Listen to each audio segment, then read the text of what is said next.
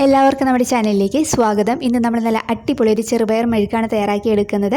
എല്ലാവരും തന്നെ വീടുകളിൽ ചെയ്യുന്നതായിരിക്കാം, പക്ഷേ ഈ രീതിയിലൊന്ന് ചെയ്ത് നോക്കാൻ മറക്കരുത്. നമുക്ക് ചോറിനും പുട്ടിനും കഞ്ഞിക്ക് അടിപൊളിയായിട്ട് കഴിക്കാൻ പറ്റുന്നതാണ്.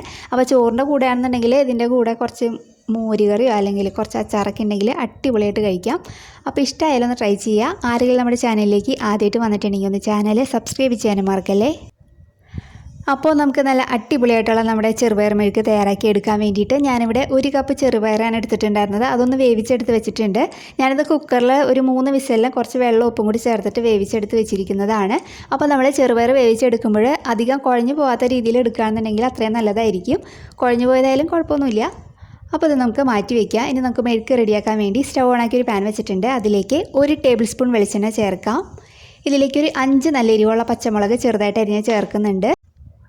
അതിലേക്ക് നമുക്ക് കുറച്ച് കറിവേപ്പിലയും കൂടി ചേർത്ത് കൊടുക്കുക. ഒരു 3/4 ടീസ്പൂൺ മഞ്ഞൾപ്പൊടിയും കൂടി ചേർത്തിട്ട് നന്നായിട്ടൊന്ന് വഴറ്റിയെടുക്കാം. ഇതിലേക്ക് ഞാൻ കുറച്ച് ഉപ്പും കൂടി ചേർക്കുന്നുണ്ട്, കാരണം ചെറുപയറിൽ കുറച്ച് ഉപ്പ് കുറവുണ്ട്. അപ്പോൾ ഇതിലേക്ക് ചേർത്തിട്ട് നന്നായിട്ടൊന്ന് വഴറ്റിയെടുക്കാം. അപ്പോൾ പൊടികളുടെ പച്ചമണമൊക്കെ ഒന്ന് മാറി വന്നിട്ടുണ്ട്. ഇതിലേക്ക് നമ്മൾ വേവിച്ച് വെച്ചിരിക്കുന്ന നമ്മുടെ ചെറുപയർ ചേർത്തിട്ട് നന്നായിട്ടൊന്ന് മിക്സ് ചെയ്ത് കൊടുക്കാം. അപ്പോൾ ഈ സമയത്ത് വേണമെന്നുണ്ടെങ്കിൽ ഇതിലേക്ക് കുറച്ചും കൂടി കറിവേപ്പിലൊക്കെ ചേർത്തിട്ട് നന്നായിട്ട് മിക്സ് ചെയ്തെടുക്കാം. അപ്പോൾ ഇതിൽ എന്തെങ്കിലും ജലാംശമൊക്കെ ഉണ്ടെങ്കിൽ അതൊന്ന് പോകാൻ വേണ്ടിയിട്ട് ഒരു 1-2 മിനിറ്റ് ഒന്ന് നമുക്കിതൊന്ന് വഴറ്റിയെടുക്കാം.